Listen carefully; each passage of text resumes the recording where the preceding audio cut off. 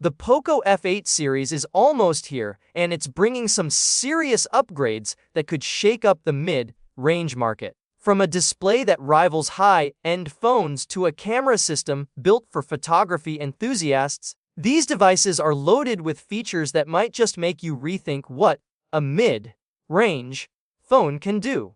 And gamers, the performance could blow your mind. Welcome back, viewers. James here. Like, share, and subscribe for more? Let's start with the POCO F8 Pro.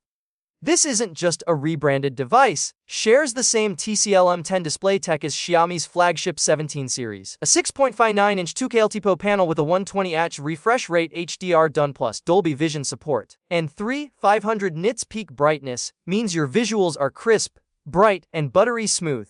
Even the 3D ultrasonic in-display fingerprint scanner adds that premium feel. Under the hood, the Snapdragon 8 Elite with Adreno 8A30 GPU drives performance, paired with LPDDR5X RAM and UFS 4.1 storage. Multitasking, streaming, and gaming run flawlessly. Speaking of gaming, a liquid cooling system keeps temperatures low during marathon sessions, so even the most demanding titles won't throttle the device.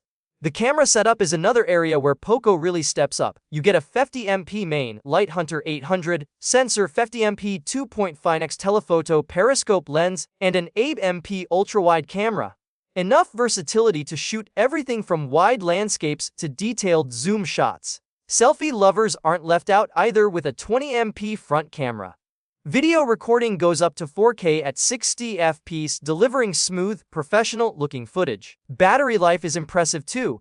The 6200 mAh cell keeps you powered all day, and with 100W fast charging, you can get from 0 to full in under half an hour.